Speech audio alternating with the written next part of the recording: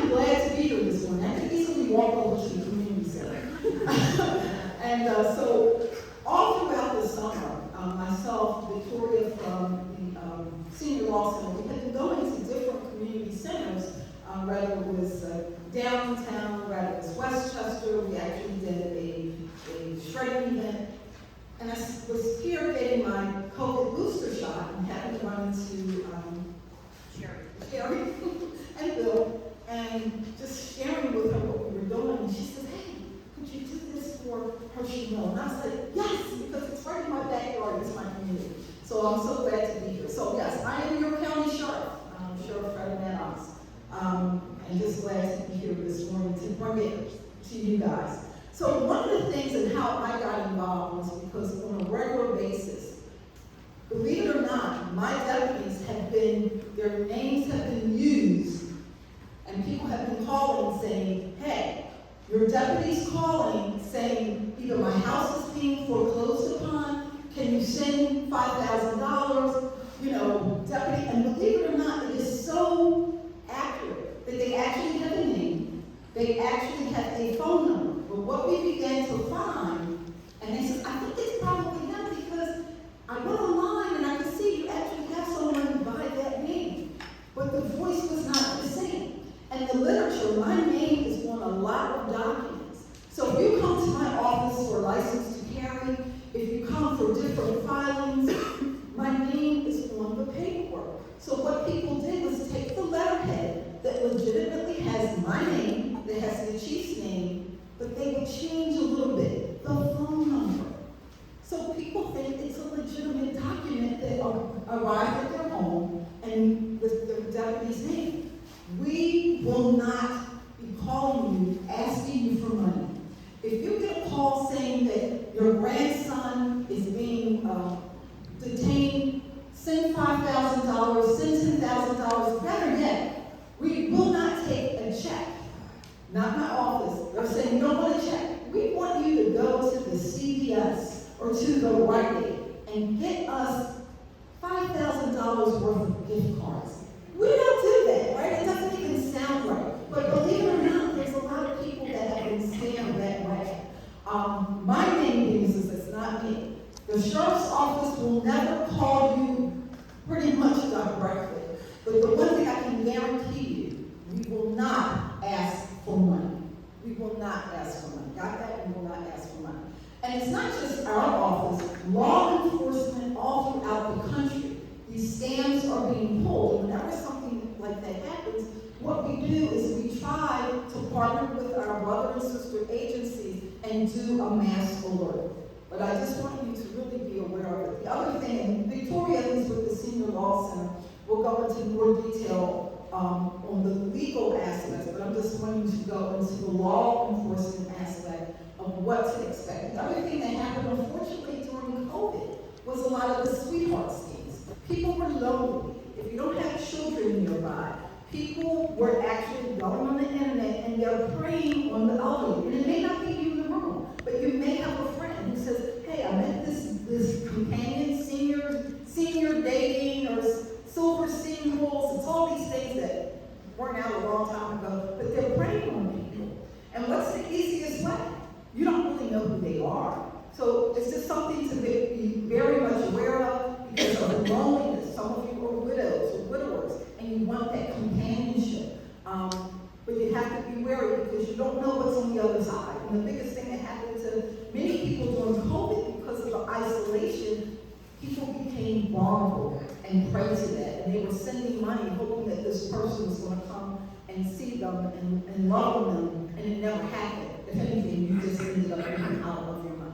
So one of the things we're going to do as an icebreaker is we're going to start off with scenarios. So we'll take one by one, and please, if you want to raise your hand, I love interaction, okay? So raise your hand. There's no right, there's no wrong answer. We all want to learn together and hopefully give you information. Some of this stuff you already know, but sometimes we say you can't repeat it enough. Once, twice, 3 times.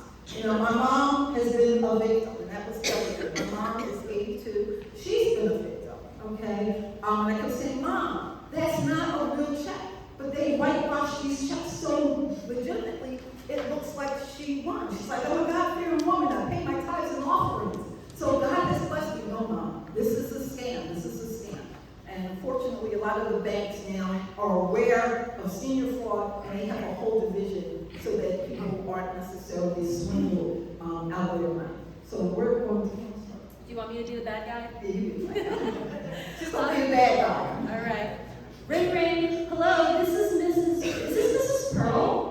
This is Bill from Genetic Testing Services.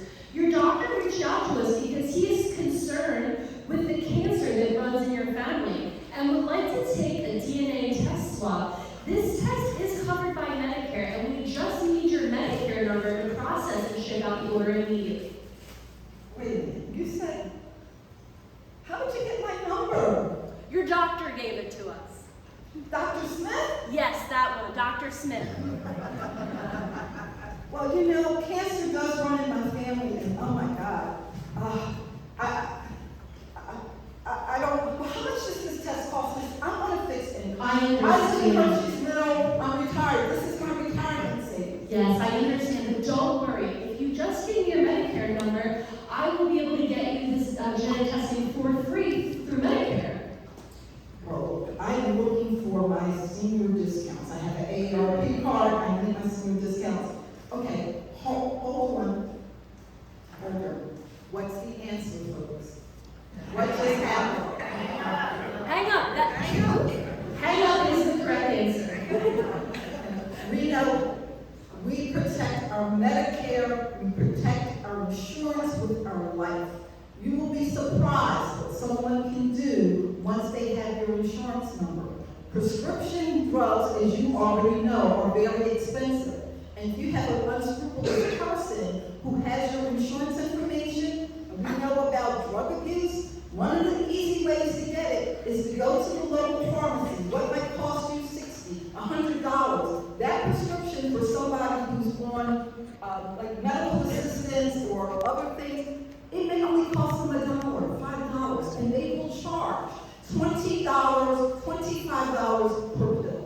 So no, you hang up. It's fraudulent. It is fraudulent. Yes, also, we have seen an uptick in the last few years with specific frauds surrounding genetic testing. There have been many seniors who have gone to like a senior fair, or they got a mail-in kit that came to their home to like do a swab and send it out, and they're told it's going to be free, and then it gets processed, and then they get a bill for about $300 to $500 because Medicare will deny it because it's not necessary. But that company that you filled out the application for to do the genetic swab, they actually now have your address, your phone number, your email, potentially your social security number, and your Medicare card, depending on what they asked you to fill out. So it's actually more of a phishing scam. They're telling you they're going to give you a DNA test to help with cancer, but also they're collecting information which they can then sell to bad people on the internet, which will cause you to get more phone calls, more text messages, more emails. Next scenario. Oh, yes, sir. You stated hang up. How about for those that have caller ID, don't pick up the phone? Unless you know that particular number. Because as each day goes by, there are multiple phone calls being made from all over the country and the world for that matter. So, in my opinion, as a protective measure, don't pick up the phone if you have caller ID if you don't recognize that number. Yes, You you're don't absolutely know correct. what can of words you're possibly opening up to lead to something of that nature, where you are coaxed and tricked into giving out information. Yes, absolutely correct. The actual suggestion is always to not answer, and a little bit later in the presentation we'll get into further details on why specifically we talk about do not answer versus answer and hang up, because there are specific reasons for it, but you are correct. If you have caller ID, you don't recognize the number, please just let it ring, don't answer it, but we'll get into that a little bit further. Yeah, and Victoria, Just one quick comment. I don't know how many people realize that if you're a victim of medical fraud with these charges, you have no protection whatsoever. You are liable. If they run up $1 million in bills, no one's going to help you. You're responsible for that $1 million. So actually, getting your medical ID stolen is way worse than getting covered, you got no coverage at all on medical fraud. Those close to the rules. Yes, absolutely true. So again, it's why it's so important to protect your medical information at all costs. Sorry, you want me to be the bad guy again? Yeah. All right, ring ring. Hello? Good morning, this is Apple Incorporated. We're calling to tell you that there's a problem with your phone, and someone has placed malware on it. We'll need you to download AnyDesk onto your phone so we can help you. Malware? Well, wait a minute, I have an Apple, my phone is right here. What are you? Yes, I can see through my system here at Apple Incorporated that your phone has actually been targeted by malware. You can't see it right now, but there are scam artists in your phone right now trying to steal your data. So I've called to help you because we got a system notification, and I'll just need you to download this app. It's called AnyDesk, and that will allow me to help you get this virus out of your phone. Any desk? Yeah, if you go to the Apple store, you'll be able to download AnyDesk, A-N-Y-D as a dog, E-S-K. What should I do? Who knows what AnyDesk is? Does anybody help me with that? What's AnyDesk? It just lets someone else remote into your computer or your phone. Exactly. We hear that. AnyDesk is an app that is on a phone or an iPad or a computer that allows anyone anywhere to remotely access your computer, phone, or iPad and work within that program to, fix it, in air quotes. So if you had called in on your own to Microsoft, Microsoft has a program in which they can get into your computer and you'll see your mouse moving and they'll fix something going on, right? But that's because you made an outbound call, probably paid money, to get them to fix your computer. AnyDesk allows anyone anywhere to access, let's say, the sheriff's phone, and suddenly I can be in her phone clicking around in her bank account, on her text messages, in her Gmail account. It allows me to get into her email, and maybe I'm going to send all of her contacts emails saying, hey, it's Fred and Max. I'm trying to get together a gift card for my local church. Can you please send me $10? Because, it's a way where we can get into a computer. There is no regulation on this app. There is no way to monitor who's using it and who's not using it. So if anyone, anywhere, asks you to download AnyDesk, please assume that is a red flag. I have seen AnyDesk used by romance scammers who'll say, oh, I'll help you, darling. Let me help you figure out why this isn't working. I keep sending you this link, but it's just not working. Let me just help you by getting on your phone and I'll help figure out why you're not getting these emails and messages I'm sending you. Then they're in, maybe you told them your date of birth and they're like, that's probably the password, and now they're in your bank account, right? AnyDesk is a way where people can put firewalls and malware into your laptops, into your phones. It is a huge red flag, okay? So,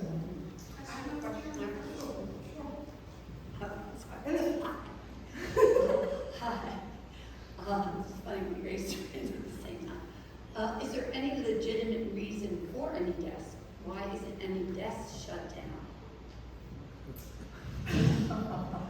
we asked $1 million question. You didn't hear. I don't know why. You think about it. There's so much with technology every single day. People can create apps. So AnyDesk is one that has come to our attention. Why it has not been shut down, but think about it. They shut that down. The way these people think, they'll pop up with something else. Unfortunately. Yes. Yes, you. I want to say two things. One, we are videoing this presentation and it will be on her channel. We can't hear you.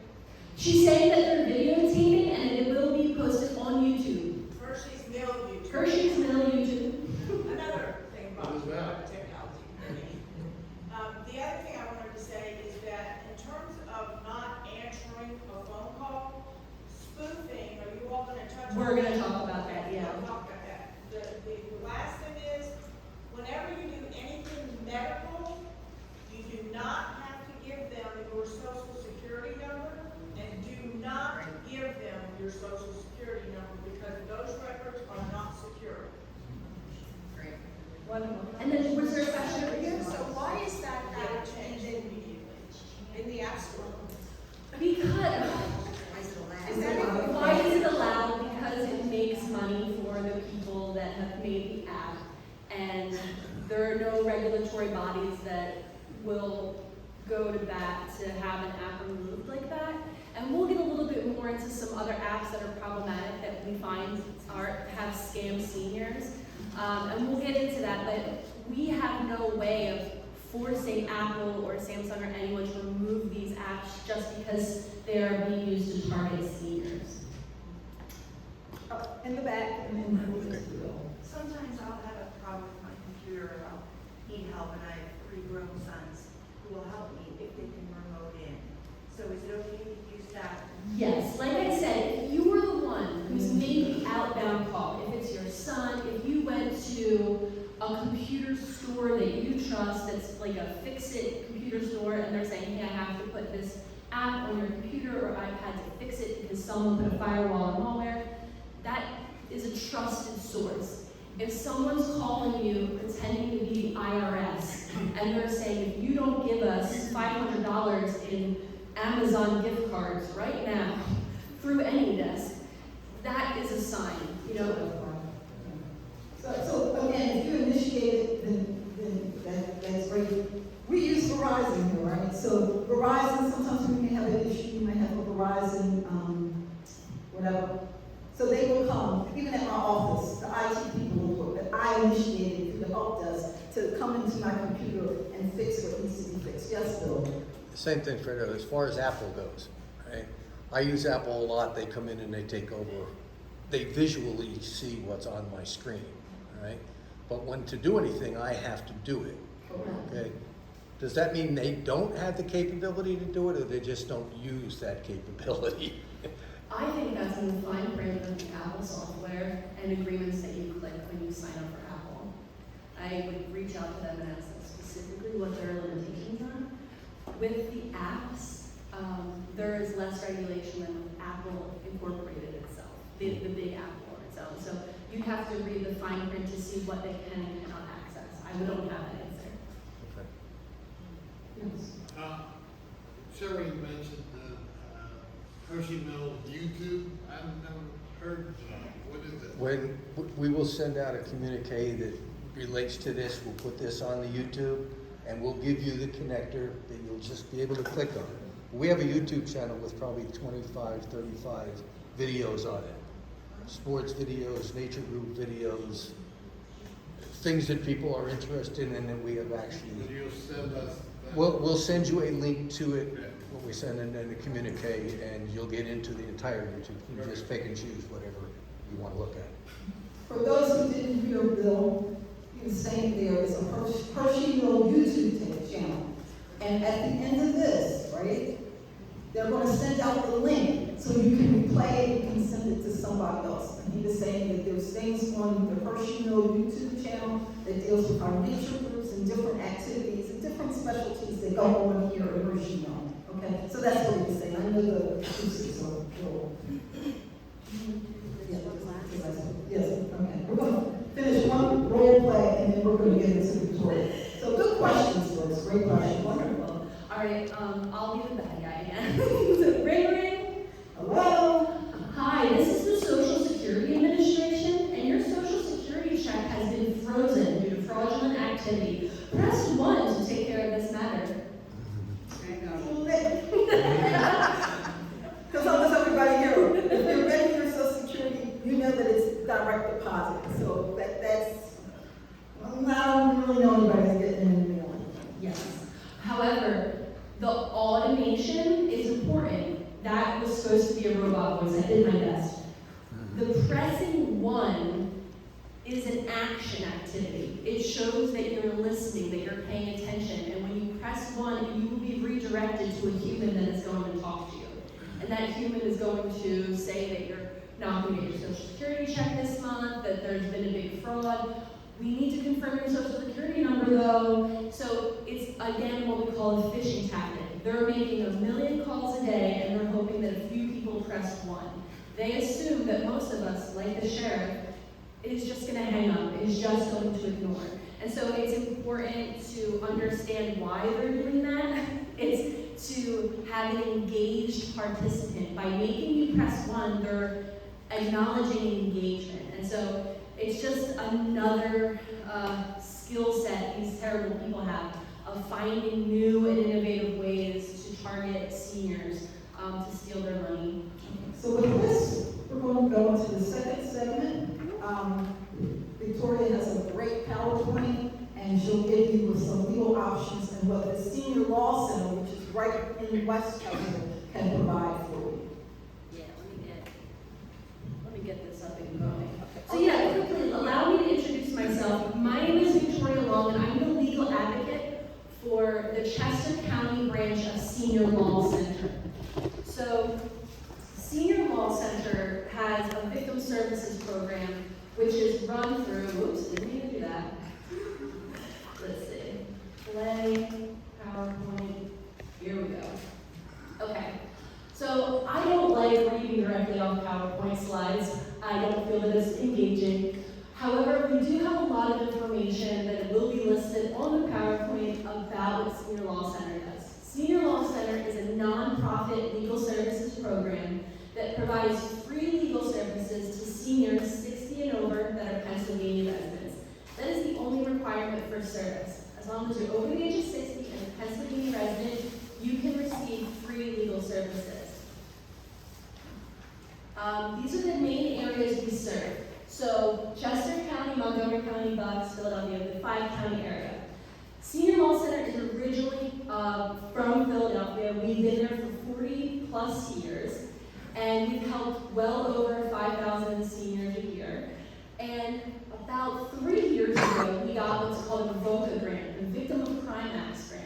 The VOCA grant allowed us to expand to the surrounding counties, and that is actually how I ended up in Chester County. So we opened these satellite offices to allow us to provide services to seniors in these counties in obviously a more intimate, holistic way. So our county offices that are not in Philadelphia, our main focus is victim services. My main job is financial exploitation, elder abuse, fraud. Those are the things I'm working with daily, whether that's getting a petition, a protection from abuse order from the courts for a senior who's been a victim of elder violence, or if that's helping a senior who's fallen for a scam, maybe get some money back, talk to them about what their legal options are in criminal court versus civil court. I have a lot of contractor fraud cases. That's not something I had to do a lot of work with when I was in Philadelphia. We don't have contractor fraud or driveway fraud as much, but that's something that we do provide legal services around. So this is the Senior Law Center helpline. All of this information for contacting our program is in the bags we gave out. This talks about our helpline. Our helpline is actually statewide. So you could have someone from Pittsburgh call in and they can get free legal services over the phone. What that normally looks like is someone with a question calls in, they leave a message, myself or one of the many other advocates will call them back, take a detailed description, create a case file, and schedule their own appointment to talk to an attorney free of charge. That lawyer will call them at home when they have time, so they're sitting in their own living room, feeling comfortable. Maybe they have a list of questions for the lawyer, and you can spend 5 minutes, you can spend an hour, there's no time limit, and you can get all your questions answered about the legal issue at hand. So again, that's for the whole statewide. These are the different types of programs we have in Senior Law Center. So you can see we have a housing program that deals with landlord-tenant, that deals with homeownership rights. I'm over here in elder abuse and financial exploitation. We have a family and kinship care group. That program of lawyers helps seniors that are raising their grandchildren and dealing with custody and getting kids enrolled in school and understanding how to raise a child. And that's actually one of our fastest growing programs due to the opioid epidemic. There are a lot more grandparents that are having to choose to raise their grandchildren. So that's one of the main reasons that program is so active right now. Advice and life planning, again, if you have a question about a will or some estate question, you can of course call into our helpline and our attorneys will answer your question. Consumer protection, home repairs, and anything civil, legal, and guardianship. Guardianship is a fast-growing one as well. As you'll be able to see, this is all civil. We don't do criminal law. So if you have a criminal issue, sheriff. So I do want to quickly go over with you when we talk about elder abuse, and I know that you came here for scams, but I tricked you and I want to talk about elder abuse because it is the most underreported type of abuse across the country. There are many types of elder abuse: physical, psychological, sexual, and financial, right? And the main reason for all four of these is power. You're going to see that the reason anybody is doing any of these types of abuse is to gain power over a senior, and very likely that power is money. They want to physically, psychologically, sexually abuse someone in order to get their estate, their property, and their checking account. Statistically. Not always, but statistically. So who are the victims of elder abuse? Women and men are abused. The numbers don't lie. Men are just as likely to be physically abused as women and financially abused. They are less likely to report. So across the board, when it comes to domestic violence, when it comes to elder abuse, when it comes to falling for a phone scam, many seniors feel so much shame about having been abused or having fallen for a scam that they won't report it. They'd rather just deal with the consequences than report it. The shame is too much. And so we already have a problem with the number of people that won't report the crime because of shame and guilt. So it's important to understand that men and women are victims, and it is okay to report. It is a good idea to report. And the main reason I bring this up to the group here is we have to be compassionate to our friends and family and loved ones about this. If you are harsh on people, if you're very judgmental on people when they fall victim to a scam, they're less likely to tell you what's happening to them, okay? So we have to be compassionate, and we'll get more into that about why there's these different reasons for that compassion. Most elder abuse occurs in the community. What that means is, I'll get to your question in just 1 minute, okay? What we mean by community-based abuse is you are more likely to be financially, physically abused by someone you know. It is more likely to be a neighbor, a friend, an intimate partner. It is more likely to be a relative, okay? I know that we talk a lot about scams and fraud and text messages and emails. Those are a very small percentage of financial exploitation.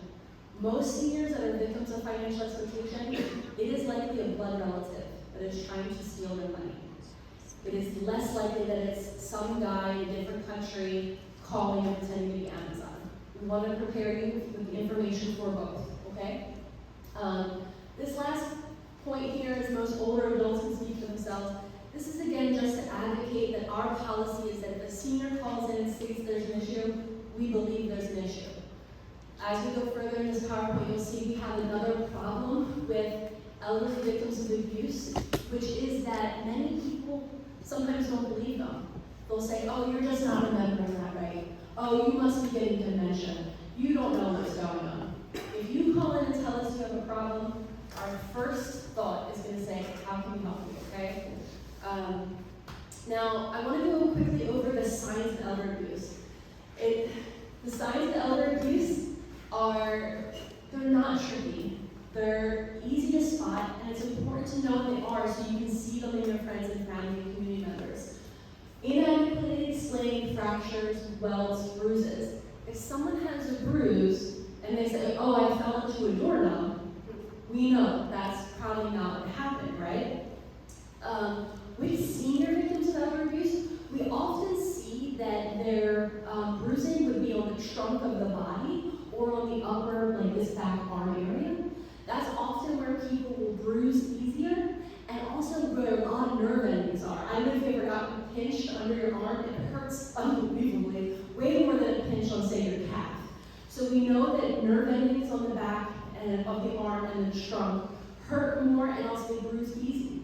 So if you see people with those kinds of bruising, that could be a sign that someone is grabbing them really hard or pinching them or punching them in the arm or trunk, right? lack of basic hygiene or appropriate clothing. If you see someone that you've known for many years, suddenly they start to have body odor, or maybe they're not washing their hair all the time, and they're wearing winter clothes in the summer or summer clothes in the winter. This could be a sign of one, a mental health crisis, but also this could be a sign that their finances are not okay.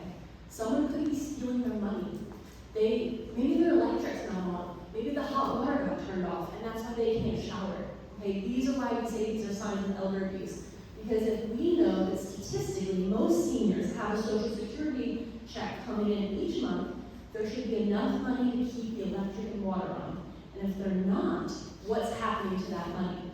And we need to reach out to the appropriate authorities to find out what. Again, it's going to say lack of facilities, like because of plumbing.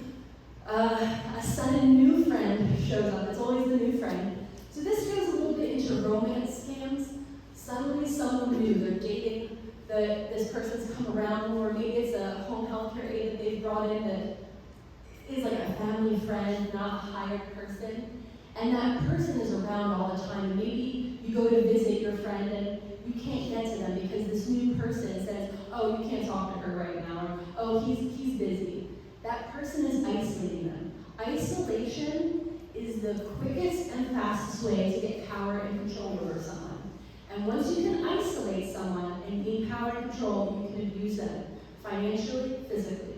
This is what social workers call the control wheel. It shows all the different ways of abuse, violence, misuse of privilege, emotional abuse, ridicule of values, all these things, again, leading to the center of control. Why are older adults more vulnerable? Number one, a lot of people dealing with isolation. Again, these last few years with COVID have been incredibly detrimental to seniors when it comes to isolation and being victimized. People were lonelier than ever. People were more scared than ever. People were willing to put logic aside for comfort. And so when people are alone and are feeling lonely and are feeling like desperate, they're more likely to fall victim to a phone scam. I had a client who fell for a phone scam and lost $10,000 over the course of 6 months. And when I talked to her, I said, I showed her in the documentation, I can prove to you, this is a scam, this person is not who they say they are. And she looked at me and she said, I know, but he's the only person that calls me. And I'd rather give him money to keep calling me than be alone. So you have to have compassion. There's people that are really suffering, and if we can be compassionate and understand why, it helps them feel safe reporting the crime. It helps them feel safe recovering from the crime, right? Another reason is they may be care dependent on others. Maybe they live with their adult children, and they need their adult children to help them around the house and bathe them, give them their medication, and they're completely dependent on their adult child. But their adult child is physically abusing them or mentally torturing them. And they feel like, where else am I going to go? They're going to put me in a terrible home if I don't just stay here and take it. And that's just not the case. We have to make sure that if someone is reporting that they are being abused by their caregiver, we're taking the correct steps. And I touched on it earlier, but dementia and other cognitive issues is another reason seniors can be more vulnerable. If you're having memory issues or capacity issues, you might forget that yesterday your grandson came over and asked to borrow $1,000. And he came back the next day and you're like, oh yeah, of course, Tom, here's $1,000 again. And Tom might come back every day for a week. You know, we have to make sure that we're protecting our friends and family that are experiencing cognitive issues. We don't really have time for a case example, so I'm going to skip a little ahead just to remembering we want to limit isolation. Now that the world is open up, now that we're getting out, please tell your friends and family, make the effort, meet people, go out, community centers, senior centers, the library, any events. Getting out is so important to keep eyes on your friends and loved ones, and so they can keep eyes on you. Isolation is one of the biggest risks. I can't stress it enough. And so it's just so important to make sure that you're staying out and about, staying active, and making sure that you're keeping eyes on others as well. Hiring caregivers, if you have a friend or a family or loved one, or yourself, and you're going to hire a caregiver, please do very strong background checks. A lot of companies don't do a lot of background checks. They're not required to. They're just not required, so they don't want to. So if you're gonna hire someone and allow them into your home or allow them into your parents' home, do background checks. Pay the extra money because they will have access to everything in that house. And beware having a family member who is unstable acting as primary caregiver with no oversight. This issue has a lot to do with maybe an adult child who has, let's say, a mental issue, and they're acting as the caregiver for an adult senior because they lived at home their whole life and they know what they're doing. They're just, they're at home. And so we're okay, everyone's okay with that. It's just a matter of oversight. If that's how a senior's being taken care of, make sure there's oversight to keep that senior safe. Where you report elder abuse, 911, first and foremost, always. This is Philadelphia Corporation of Aging, but there is a Chester County Department of Aging. You can contact them as well. And of course, Senior Law Center down there. If you have any questions about yourself, a friend or family member about elder abuse, you can of course call me, and I will direct you to the right things. Okay, scams. This is what everybody loves talking about. Elder abuse is such a hard topic. It's a really heavy topic, and that's why I like to do it right out of the gate, because it's so important.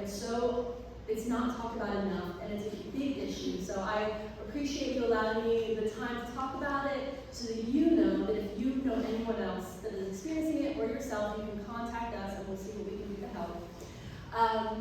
Now, scams, another thing I deal with constantly at work. There are so many types of scams. This is just a few, right? IRS scam, all know this. The IRS is calling, Social Security is calling. No government agency is going to call you and ask you to pay with an Amazon gift card. That cannot be said enough. If you could pay your taxes with an Amazon gift card, that would make sense, but you can't. So again, right away, understanding that no one's going to take gift cards. Now, in more recent years, we've seen an uptick in Bitcoin. We don't know how much everyone here knows about Bitcoin. I personally don't know enough, except for that it's not safe. We've seen a huge uptick in seniors being told during these scary IRS and Social Security calls, well, listen, you're going to go to this Bitcoin ATM. It's at this location. Put $1,000 into the Bitcoin ATM, and that will pay for your property taxes that you're delinquent on. It's not true. The government doesn't take Bitcoin. And if you don't understand how Bitcoin works, I wouldn't play with it, is what I would say. I'm not the expert on Bitcoin. I just know that every person I talk to that's sent money through Bitcoin, we have been unable to get it back because it's not regulated by the government. We cannot track where that money went. It goes off into the abyss. And so it's a big red flag for me once people start talking about just pay with Bitcoin when it comes to these scams. So instead of focusing my last few minutes on these types of scams, because I know you've heard about them, I want to take this time to talk about understanding what these scam artists are doing so that you can protect yourself from what they're doing. So these scam artists, right, they're going to work every day. The government, with the Federal Trade Commission, when they have arrested these people, they found them in cubicles, in business centers. They go to work, they clock in, they sit in a cubicle in front of the computer. They go to monthly trainings where they learn how to be better scam artists. And what they learn in these trainings is to bully, is to create fear, to create quick timelines. You gotta do it right now. If you don't do this right now, the sheriff's coming to take your house. You gotta do it right now. That is not how anything works. If there's ever been a foreclosure on a home, the sheriff will likely back me on this. It takes months to foreclose on a home. It is not something that the sheriff's going to show up at your house in 24 hours if you don't send us this money. That is not how these things work. So these people are going to work and they're being trained to create panic, to create fear. The other thing they're being trained to do is listen intently. The reason I bring this up is, again, they're at work. They're sitting at a desk, at a computer. They're not dialing their phone number. There's no dialing. The computer automatically dials the number. They're wearing a headset. The computer has 1 million phone numbers in it.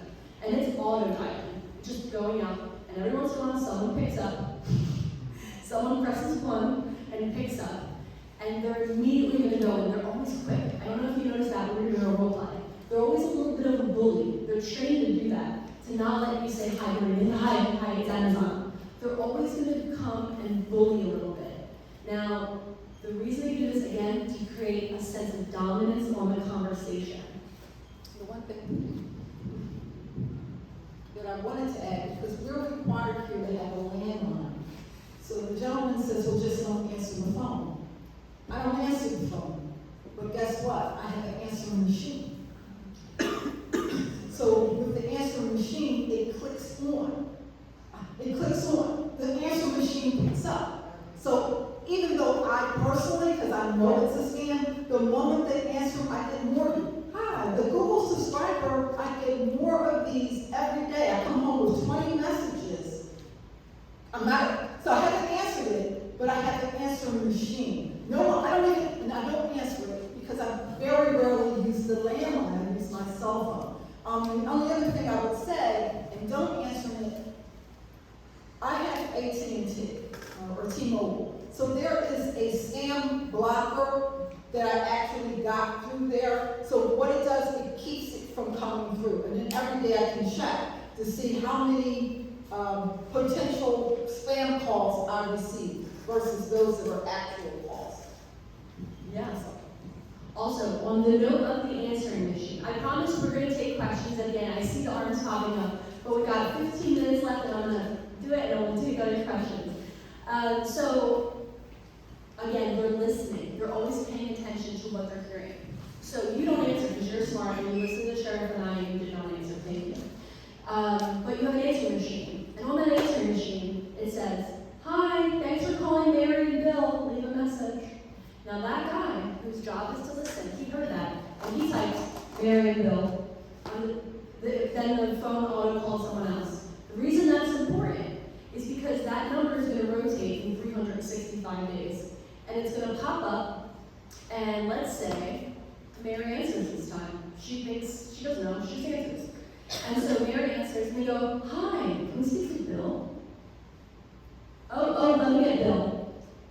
Now they have your name. "Is this Mary? Can I talk to Bill?" You have to make sure, you don't have to, I can't make anyone do anything. I would suggest that you take your name and any identifying information off of your answering machine. Because again, these people are listening and they're keeping records. And I know what everyone always says to me every day when I do this. I'm not going to fall for it. I know better. It's not going to happen to me. And these people are banking on that. Because they know if they wait patiently, if they keep doing it over and over again, eventually, Bill is going to have a fall. Bill is going to be on new medication. Bill is going to have a little bit of cognitive issues. They're going to call early in the morning before you've taken your medication. They're going to call late at night when you're tired from a long day and your medication's worn off. Maybe you're on a new medication that makes you a little loopy. They're going to still call. And that time they call and they say, "Hey, Mary, is Bill there?" And Bill's like, "Oh, it's me. What's going on?" Because he is not the same way he was mentally 2 years prior. And so again, this is where we're bringing compassion back into this. A lot of times people that are falling for phone scams are experiencing a hurdle that in their life where maybe they're not 100% perfect in their defense mechanism. And then they tell their friend, Mary calls Barb and says, "Barb, I fell for this phone scam. They said it was the sheriff's department. I didn't know. I got so worried. Ever since Bill's cancer, I'm in charge of the bills and I just don't know what to do." And then her friend goes, "I can't believe you fell for that. What are you, dumb? I can't believe you fell for that." No, we have to stop with our toning, the way we tone our response to these, because people aren't telling each other that they're falling for these and they're not reporting to the police, and they're not reporting to us, and we can't help anybody if we don't know what's happening, right? So again, we're back at work. They're auto calling everybody. Again, it's calling from a computer, which means it can pretend it's any phone number in the whole world, which is what spoofing is, which was talked about a little bit earlier. So on my computer, I can go into this online platform that auto-dials me, and I can change my number to say 610 blah blah sheriff's department. So when it calls you, it pops pops up on your caller ID, sheriff's department, and you're gonna see that, you go, oh my God, it's the sheriff's department, and you answer it, and they say, oh, this is Deputy Tom, and we realize that you've been delinquent on your property taxes for 4 years, and we're coming to take your house from you tomorrow if you don't give us $3,000 in Bitcoin. And it seems a little bit more believable because of that caller ID. You're a little bit more likely to answer because of that caller ID. So I know it's awful to say, but we have to be very hypercritical about all of these things. The name on the caller ID might not be real. And it's the hypervigilance of being like, I'm not going to answer anyway. And the reason I say don't answer instead of hang up is because, again, this guy's at work. He's the scammer. It's auto-drive people up. Even if you answer and you tell that guy to kick rocks, which I know, you want to, oh, so-and-so, yeah, right, click. He's going to mark in his computer active. There's a button. They hit active. Now again, 365 days later, your phone number comes back up. They're going to keep calling because even if every time you tell them to kick rocks, the 400th time you might not. And you might just be in a different place. So we want you to be listed as inactive. That is a very, not quick, I wish it was quick, efficient way to get yourself off of a lot of these lists. If you never answer, if you don't return the calls and the messages, you will be listed as inactive on these lists more frequently. And obviously everyone in this room is on the do not call list. I know that's to be true, right? Everyone's on the do not call list. However, they're not perfect, to say the least. So it's important to say that you're not answering so that they are going to list you as inactive. The last thing I would say is remember that this guy in his cubicle who's going to work, who's being trained how to do this, whose computer is monitoring every phone call, he is being trained to be a bully and a manipulator. The same way I go to trainings to learn how to be compassionate and do social work and do my paralegal role, like I go to trainings to learn how to do a better job every day. These people do learn how to be better at their job every day. And they're going to bully, they're going to scam, and they're going to start off nice sometimes. There's a lot of manipulation in this. I've had clients who said, oh, they were so nice, they called and said I won the lottery. And I was like, what? And they're like, yeah, they were so, congratulations, you won the lottery. We just need you to pay the taxes first. And she's like, oh my goodness, I need this. I've been struggling so much since the pandemic. I'm so excited I won the lottery. And the person was so nice, so nice. And then as she's at Walmart buying gift cards or whatever happened, and she goes, you know what, I think I should call my son. I gotta tell my son, don't you call your son. You gotta do this right now. If you don't do this right now, they flip. And once you hear that flip, because it will happen, if you ever get in these conversations with these people, there will be a flip. Again, red flag, hang up, call the local police. You can tell the police exactly what happened, and then you can call me and we'll monitor your information if you like. So let's say you got deep into this call. Maybe you gave them your address, maybe you gave them your credit card number. Maybe you didn't know. Call us. We'll help you get your information into the identity theft report program. We'll help you freeze your credit line so that nobody can open a line of credit in your name. There are ways to protect yourself, even if you get in a little deep with these guys, okay? So, to honor a question and answers session, I will end it here, but I really appreciate everyone's time. Thank you for having us out today, and of course, thanks to the sheriff. And we're going to take your questions if you have any. I do want to paraphrase that I am not an attorney and I cannot give out any legal advice. If you have a legal question, please call me and I'll schedule an appointment to talk to an attorney. Thank you.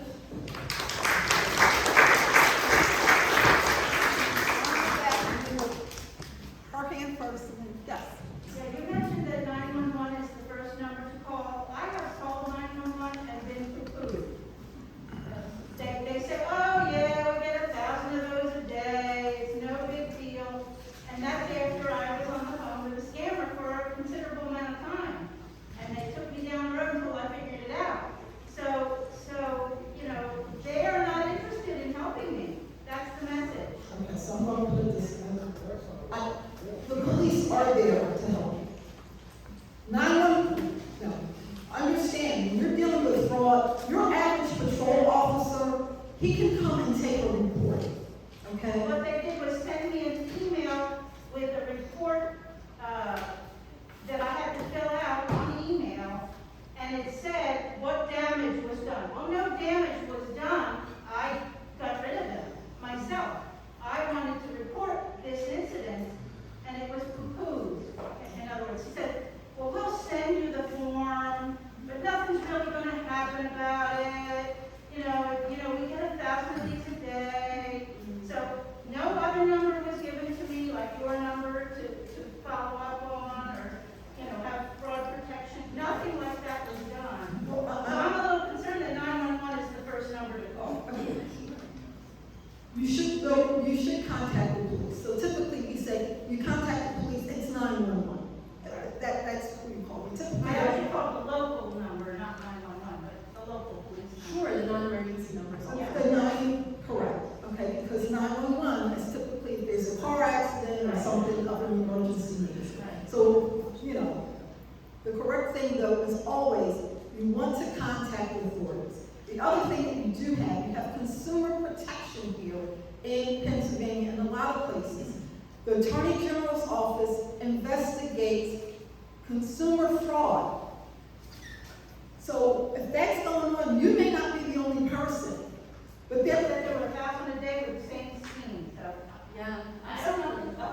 So what I would say is that portion of my PowerPoint, I'm still going to say call the non-emergency line, was under the elder abuse portion of my PowerPoint, right? The reason that I always suggest people call 911 or the non-emergency line in these situations is when we're dealing with legal proceedings, a paper trail is incredibly important. Even if the police can't arrest that scammer, even if they can't hunt down where they're calling from, that police report, especially in cases of elder abuse, that police report really helps us prove that something has happened. So when I was discussing elder abuse, a lot of times we're talking about a protection from abuse order, and we have to get in front of a judge and say, listen, her adult daughter is beating her and refusing to give her access to food. She put a lock on the fridge. And I have to, with the help of my attorney, prove that that happened. And so a police report showing on this day the police had to come and report an incident, on this day the police had to come and report an incident. That's the main reason for in that portion of the PowerPoint is we have to be able to show that this is a thing that's happening to this person. And on the back end, if there was a protection from abuse order, we need you to call the police so that they can show up and enforce it and arrest that person on the spot and get them out of their house. If it's about a fraud and a scam, the police are pretty limited in what they can do in certain situations, especially since it sounds like you did a great job and you didn't actually fall for it. So they can't prosecute a crime that didn't happen.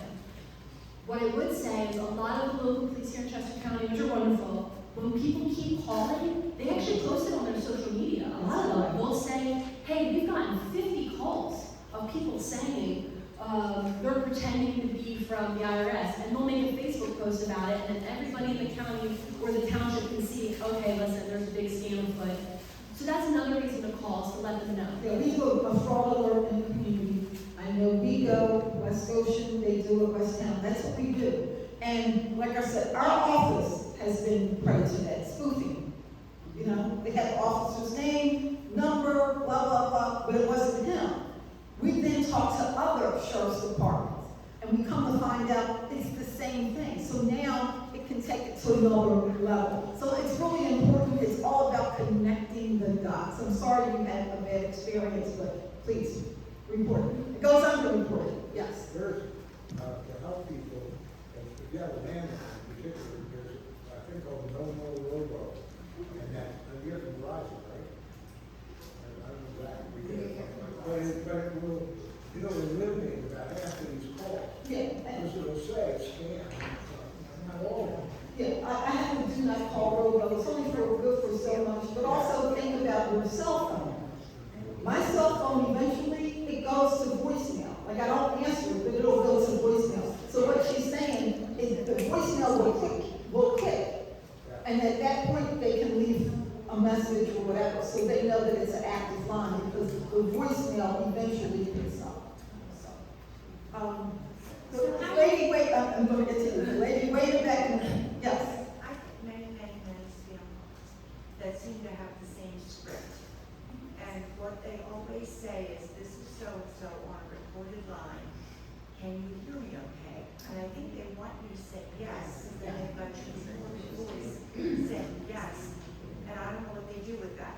Yeah, so that is correct, and there is some theories, because again, as in I'm an agency, they haven't been able to prosecute all of the crimes that go along with this, right? So there's one school of thought that they're recording your voice. There's another school of thought that goes back to that press one. It's the action. It's them listening in to say, oh, is she a willing participant in this scam? So it's again, even if you say no, like even if you go no and hang up, they're gonna list you as active. Yes. So it's about silence, it's about not answering. It's a way to get you to engage immediately.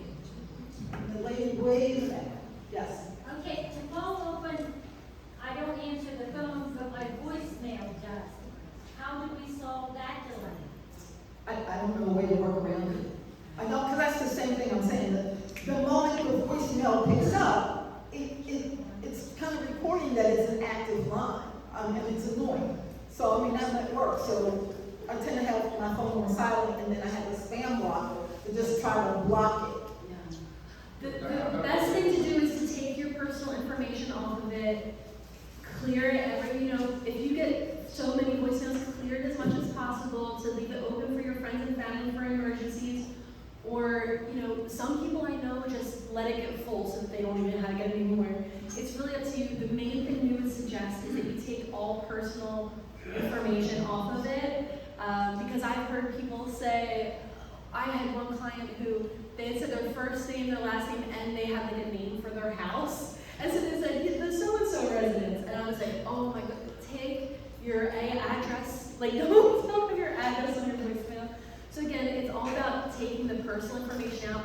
There's really no way to turn your voicemail off, because again, if there was a safety issue with a family or friend. Marie? My message says I don't answer calls that I don't recognize. Please leave a message. You're the best. You And win. I don't get very many spam calls. Wonderful. So let's do what she does. Yes. What about these new methods of getting into bank accounts with voice recognition? I'm wondering if your voice mail message would allow an access. Yeah. So the question was, what about now, you have voice recognition to be able to get into various accounts? First of all, I don't recommend the voice recognition. I like the old-fashioned way that I have to either put in my password, even if I have to change it every 30 days. But you're right, when you think about it, someone could take your voice, and typically, most bank accounts have you repeat the same phrase repeatedly. Like you say it once, you say it twice, and then they capture it.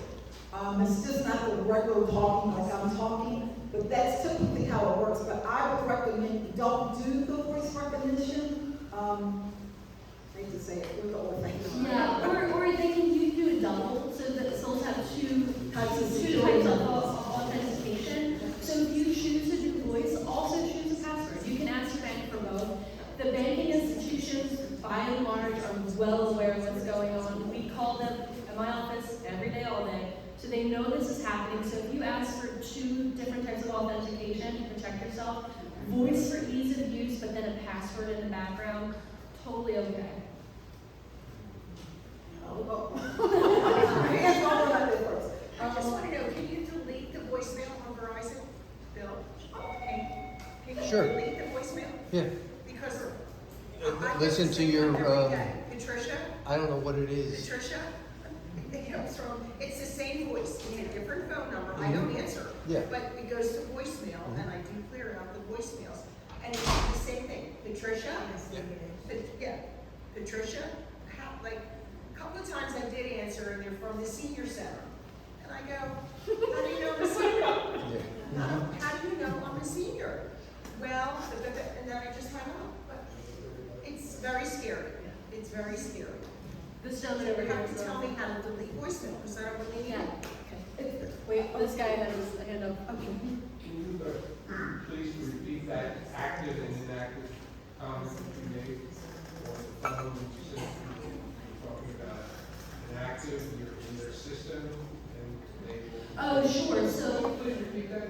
sure, so what they have found is that on these auto-dialing lists is that some numbers will be listed as active or inactive.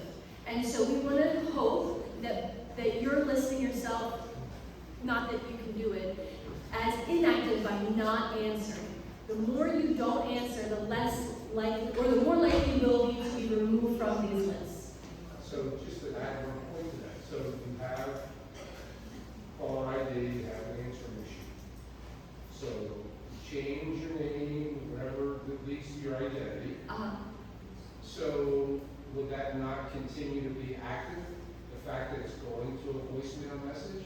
Or that's not? It could be, honestly, that's a really smart thought. And the situation would be that I don't work for these scam artists, and I don't know how their computer logistics work. We only know what we've seen from those that have been prosecuted.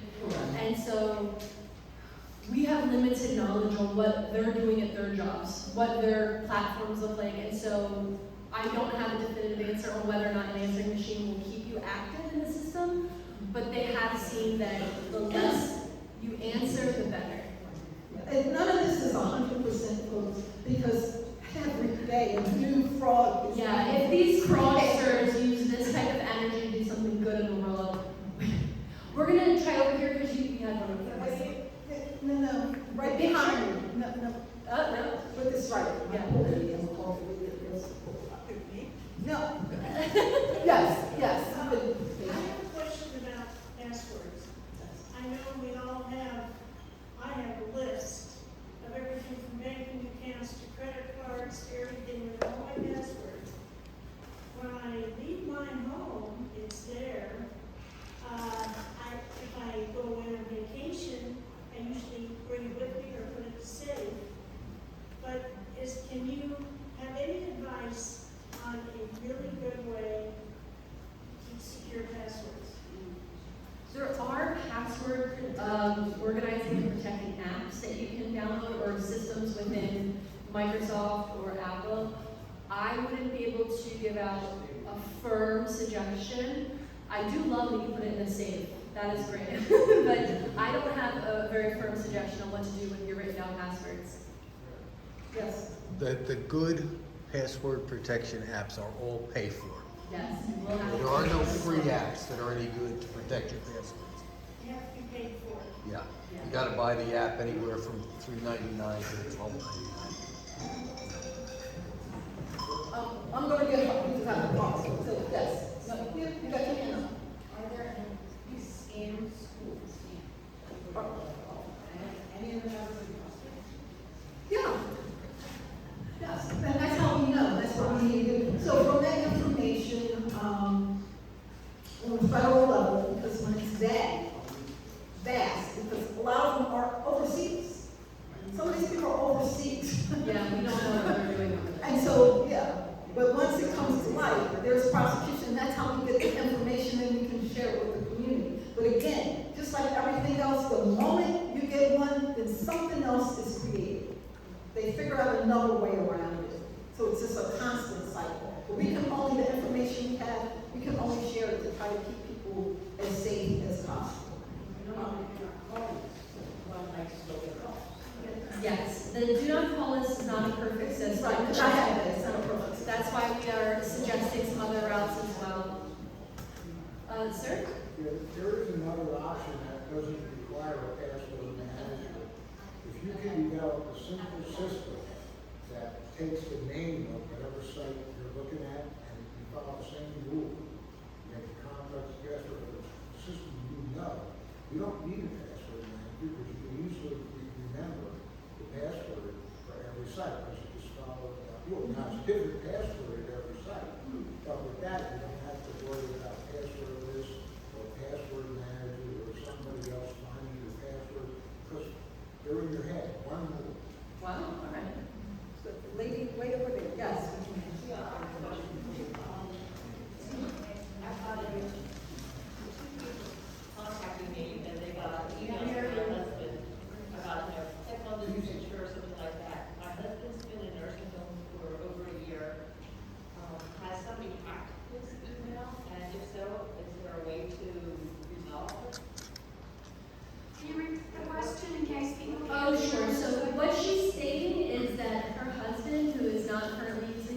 voicemail, has sent out emails to friends and family. Are they requesting money? No, it's a click on this.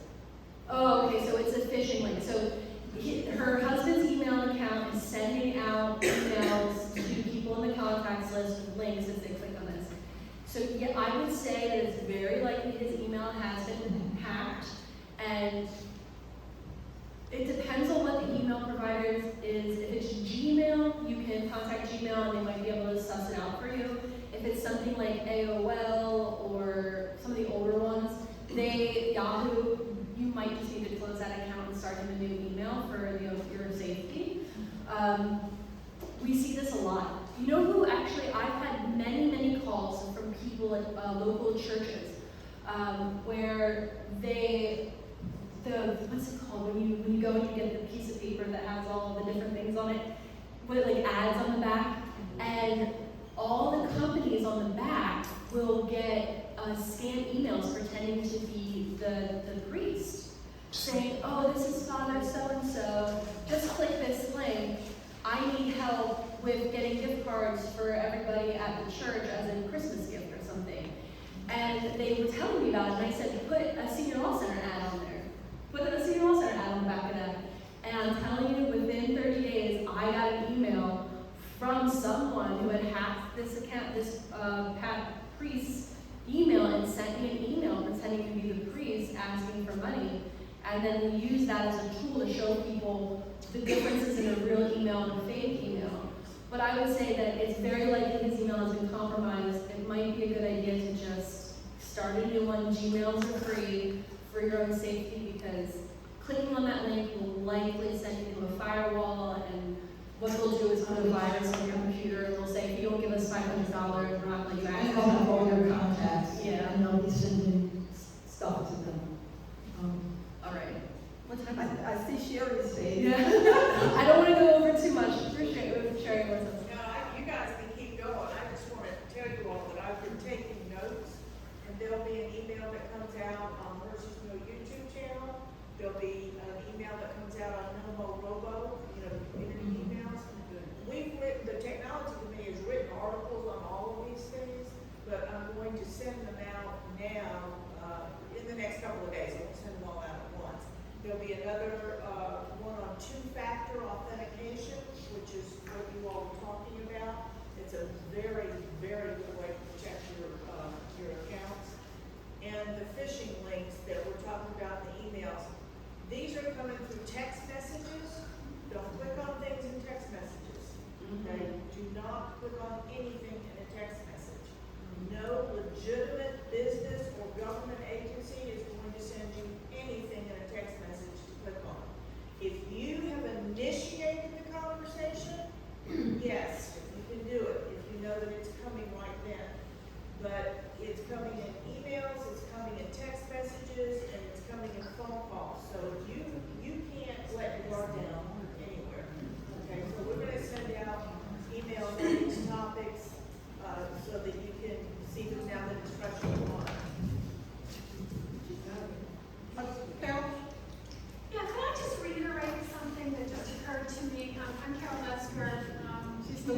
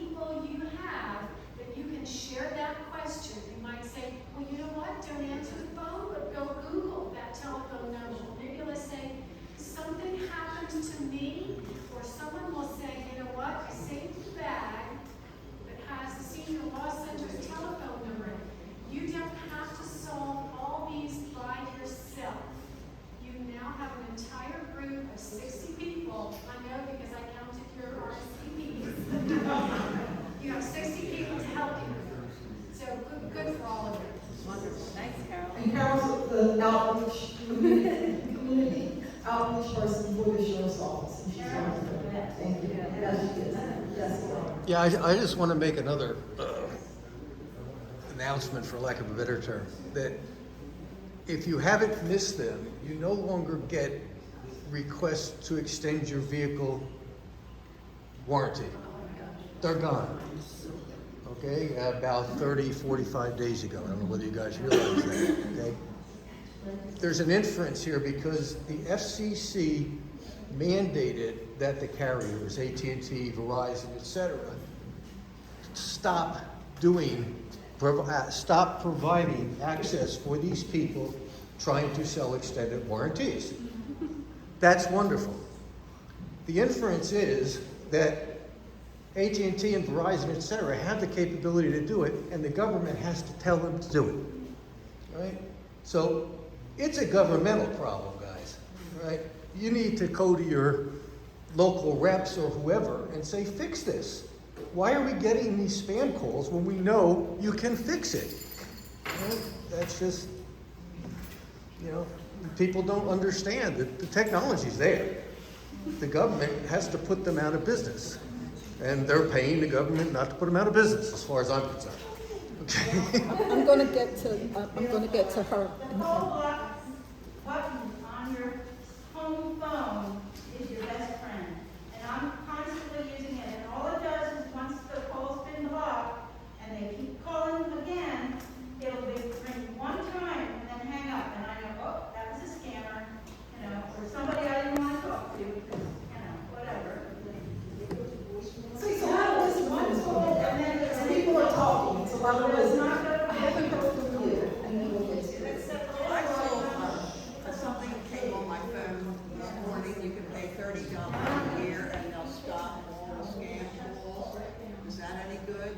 No? Check with your phone carrier. Like I said, I had T-Mobile. They did it as a courtesy for free, okay? In terms of a spam block. So look, some of them come with ads, So if you want to pay, not have the ads, go check out on your mobile carriers. But everyone's aware of it. I would check with my mobile carrier. And that way you kind of. And did you look that up, or was it just a text you got? Just came on. No, don't bother with I would say that sounds to me like a red flag, what a good scam artist to say, let me help you bring some scams.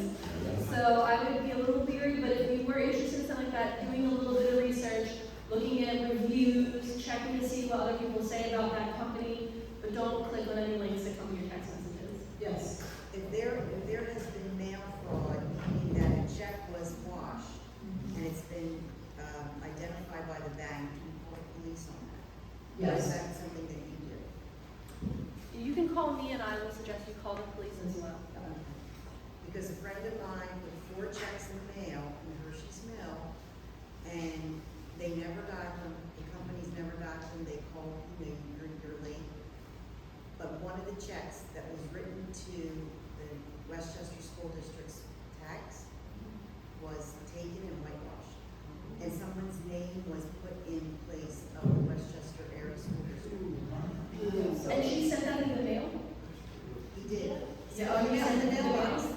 in the mailbox, I'm telling everybody. Yeah. And So put checks in the mailbox. So what I would say is, after you call me and you report it to the police, I might also suggest we would suggest that you report it to the postal inspector. Yes. Because once it goes in the mail, the postal inspector police will get involved, and they are a tough group. The postal inspectors can get a lot of stuff done. And it's But thank you for all the information that you gave us. Yeah. Because remember with your checks, you have these companies now, the same way you can get name labels, you can get checks made. You can get checks made. Once they have your bank information, you can get checks, $25. And I just had a $5,000 check. Oh, God. I had to change everything. I mean, the bank made good on it. Then they did another $250. And just last It was week. whitewashed? No, the computerized check, I didn't write a $5,000 check, it was to a Derek somebody. And the fraud department called me from the bank, and I said, no, I didn't write. And they said, well, we didn't think so. Anyway, so I had to close everything, and then they did it again in New Jersey. And the last thing I would suggest, make sure every year, you check your credit report.